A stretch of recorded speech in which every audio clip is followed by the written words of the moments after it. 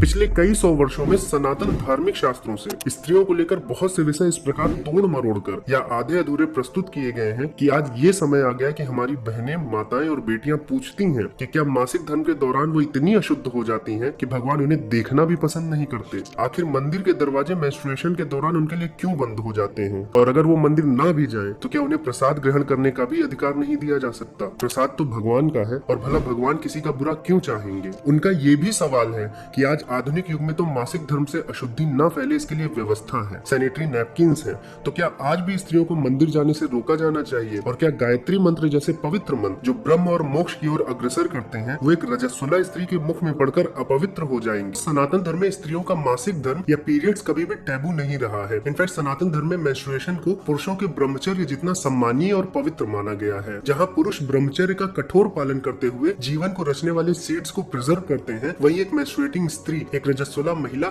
इस बात का प्रतीक होती है कि उसने भी ब्रह्मचर्य का पालन करते हुए जीवन को रचने वाले सीड्स का त्याग कर दिया है। तो पुरुषों में संयम और स्त्रियों में त्याग, यानी पुरुषों में ब्रह्मचर्य और स्त्रियों में मासिक धर्म, ये समतुल्य है और सनातन धर्म में बहुत पवित्र कर्म है। अब ये तो दार्शनिक बात हो गई, लेकिन धरातल पर भी आपको ऐसे कई प्रमाण मिल जाएंगे जो इस बात की पुष्टि करते हैं कि स्त्रियों का जो मासिक धर्म है वो सनातन धर्म में टैबू न होकर एक पवित्र घटना है। इनफैक्ट आज भी आपको इंडिया के सदर्न पार्ट के कई गाँव में देखने को मिल जाएगा कि जब भी किसी बालिका का पहला पीरियड आता है तो उसको सेलिब्रेट किया जाता है, और केवल घर पर ही नहीं बल्कि पूरे गांव में पब्लिकली उसका सेलिब्रेशन होता है। और एक दो दिन का सेलिब्रेशन नहीं होता, एक हफ्ते और कई केसेस में 16 दिन तक ये चलता है। तो अगर सनातन धर्म में मासिक धर्म को एक नीच प्रकृति के कर्म की तरह देखा जाता तो इस तरह का सेलिब्रेशन किया ही क्यों जाता। अब ये सेलिब्रेशन करते क्यों है इसको तो हम आगे समझेंगे इस वीडियो में। उससे पहले एक प्रमाण हम और देख लेते हैं जो मासिक धर्म की पवित्रता की पुष्टि करता है। दोस्तों, अगर आपको गुवाहाटी के कामाख्या देवी मंदिर के विषय में पता है तो आपको पता होगा कि वहाँ पर ऐसी मान्यता है कि जून के महीने में देवी माँ वहाँ पर मेंस्ट्रुएट करती हैं, और उसको सेलिब्रेट करने के लिए 1000, 2000, 10,000 श्रद्धालु नहीं बल्कि 10 लाख से भी ज्यादा श्रद्धालु पहुँचते हैं। अब जिस धर्म में इस प्रकार से मासिक धर्म को पूजा जाता है, देवी स्वयं रजस्वला हो जाती हैं, वहाँ पर स्त्रियों के मासिक धर्म को लेकर इस प्रकार की संकीर्ण भावनाएं कैसे पैदा हो सकती हैं। क्योंकि सनातन धर्म में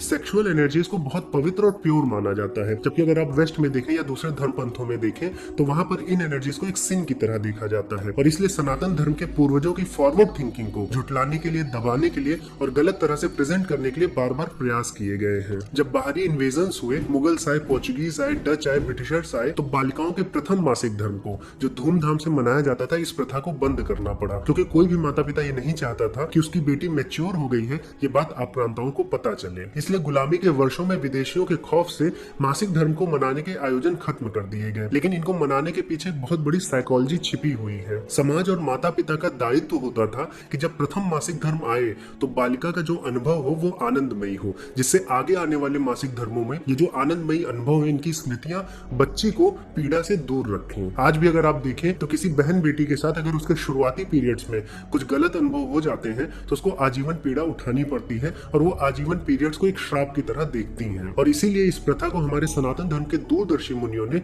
शुरू की थी, जिसे कालांतर में समाप्त करना पड़ा। और आज आप देखिए तो दूसरे धर्म, पंथों और देशों की जो कंजर्वेटिव थिंकिंग है वो सनातन धर्म में घुस गई है। अब दोस्तों, आपको केवल ये बताया जाएगा कि आपके धर्म की स्त्रियों को मेंस्ट्रुएशन के समय मंदिर नहीं जाने दिया जाता, पूजा नहीं करने दिया जाता, लेकिन आपको पूरी बात कोई नहीं बताएगा। अगर आपको पूरी बात जाननी है तो आपको आयुर्वेद की सुश्रुत संहिता की रजस्वला परिचर्या को पढ़ना पड़ेगा। रजस्वला परिचर्या एक सूची है जो ये निर्धारित करती है कि एक मेंस्ट्रुएटिंग स्त्री को, एक रजस्वला स्त्री को क्या क्या काम नहीं करना चाहिए। इस लिस्ट में स्त्री को ज्यादा बोलने, हंसने, शोरगुल में रहने से मना किया जाता है। उसके बाद दिन में सोने, बाल झाड़ने, काजल लगाने या फिर नहाने से भी मना किया जाता है। लेकिन इस लिस्ट में कहीं भी मेंस्ट्रुएटिंग स्त्री को पूजा न करने या फिर मंदिर न जाने की बात नहीं की गई है। लेकिन फिर भी आपको स्नान करने से मना किया जा रहा है, तो बिना स्नान किए हुए सनातन धर्म में मंदिर जाना उचित नहीं माना जाता है। इसलिए ये बात इम्प्लिसिट है कि अगर आप स्नान नहीं करेंगे तो मंदिर कैसे जाएंगे या फिर पूजा कैसे करेंगे। अब दोस्तों, ये जो बातें दी गई हैं ये ऐसे ही नहीं दे दी गई हैं, ये आयुर्वेद के नियमों के अनुरूप है, और इस पर हम विस्तृत चर्चा करने वाले हैं,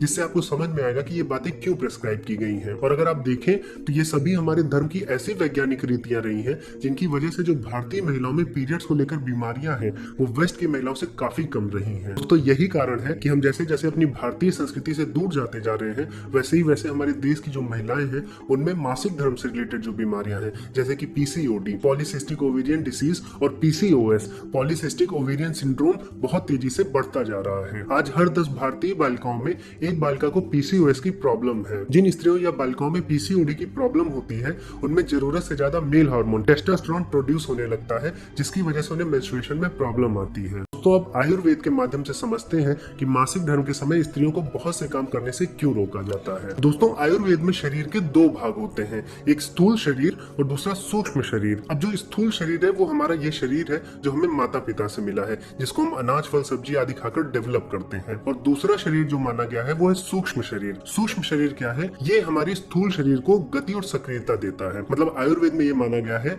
कि सूक्ष्म शरीर वो सटल कारण है जिसके कारण हमारा हृदय स्पंदन करता है, हमारी कोशिकाएं सक्रिय रहती हैं। तो इस प्रकार से शरीर को केवल एक एंटिटी न देखकर दो तरह से देखा गया है, एक स्थूल शरीर और दूसरा सूक्ष्म शरीर। अब आयुर्वेद में सूक्ष्म शरीर में 3 दोष पाए जाते हैं, ऐसा माना जाता है। इन 3 दोषों के नाम है वात, पित्त और कफ। वात क्या करता है कि सूक्ष्म शरीर के अंदर जितनी भी गतियां हैं या मोशंस हैं उनको वात कंट्रोल करता है। जैसे आपके अंदर खून जो है, रक्त है, उसका संचार हो गया या मल मूत्र की जो गति हो गई, इन सभी चीजों को कंट्रोल करता है। आपके शरीर के अंदर जो वायु की गतियां हैं, चाहे आगमन हो गया या निर्गमन हो गया, उन सभी को वात कंट्रोल करता है। उसके बाद पित्त आता है।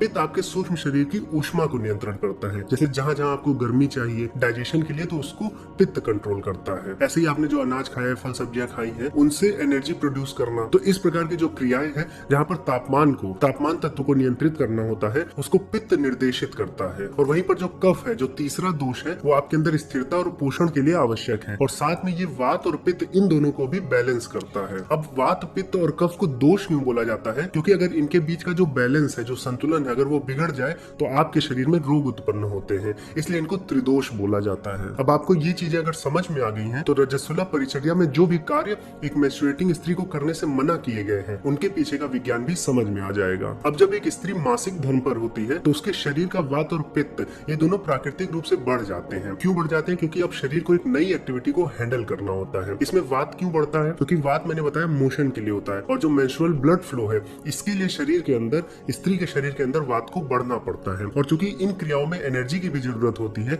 इसलिए पित्त भी बढ़ जाता है। इसलिए ऐसे सभी कार्यों को वर्जित बताया गया है मासिक धर्म के दौरान, जिससे आपका वात और पित्त डिस्टर्ब हो जाते हो। जैसे कि मान लीजिए आप नहाते हैं, तो नहाने को वर्जित बताया गया है, नहाने को मना किया गया है कि एक रजस्वला स्त्री को मासिक धर्म के दौरान नहाना नहीं चाहिए। क्यों नहीं नहाना चाहिए? क्योंकि पित्त प्राकृतिक रूप से बढ़ा हुआ है, आप नहाकर उसके अगेंस्ट काम करेंगे। आप देखिए आपके घरों में भी जब आप खाना खाते हैं तो खाना खाने के तुरंत पश्चात नहाना मना किया जाता है, क्योंकि डाइजेशन के लिए पित्त बढ़ जाता है, आपका जो टेम्परेचर है पेट का डाइजेशन के लिए बढ़ता है, इसलिए नहाकर उसके अगेंस्ट नहीं जाना है। इसलिए रजस्वला परिचर्या में नहाना नहीं है मासिक धर्म के दौरान, ऐसी बात लिखी गई है। और इसीलिए ही मासिक धर्म के दौरान मेहंदी लगाने से भी मना किया जाता है, क्योंकि मेहंदी एक कूलिंग इफेक्ट छोड़ती है और आपके पित्त को डिस्टर्ब कर सकती है। इसलिए मेहंदी लगाने को भी मासिक धर्म के दौरान एक रजस्वला स्त्री को मना करते हैं। अब ज्यादा तेज से हंसना, जोर जोर से बातें करना, शोर शराबे में रहना, ये सबसे भी वात असंतुलित होता है और वात का प्रकोप बढ़ जाता है। इसलिए जो स्त्री मासिक धर्म पर होती है उसको एक शांत जगह पर रहने को कहा जाता है। अब बाल क्यों नहीं झाड़ना चाहिए? क्यों नहीं नाखून काटना चाहिए? जो भी बहनें माताएं इस वीडियो को देख रही हैं, आपने अनुभव किया होगा कि आपके मेंस्ट्रुएशन के दौरान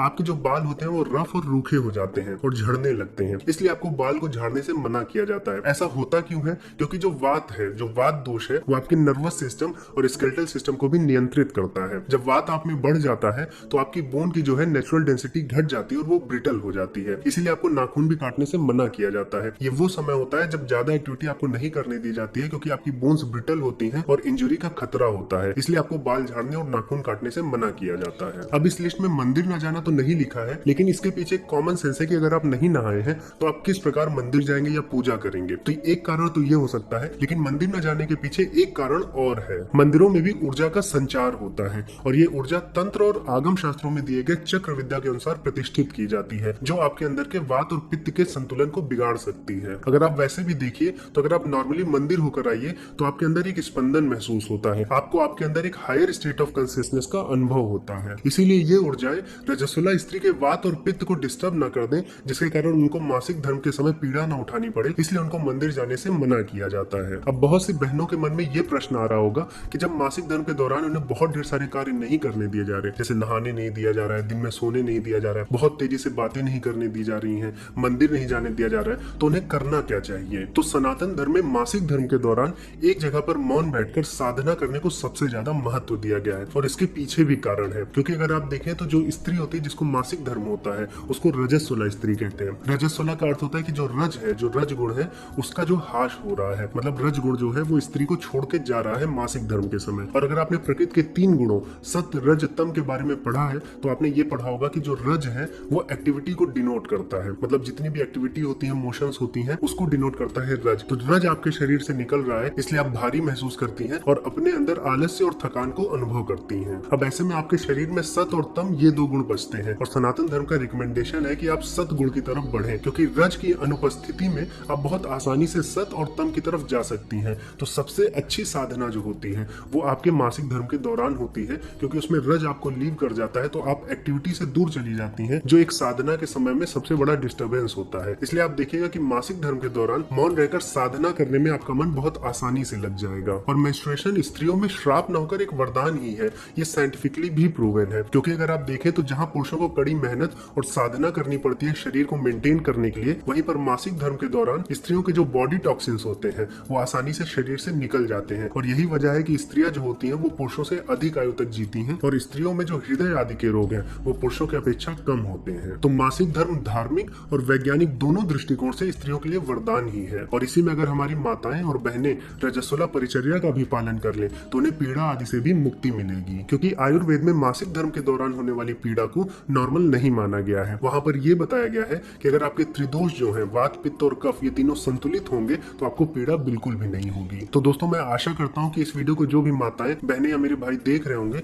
उनको सनातन धर्म में मासिक धर्म को लेकर जो भी चीजें दी गई हैं उसके विषय में जो भी प्रश्न उठते हैं उनके उत्तर मिल गए होंगे।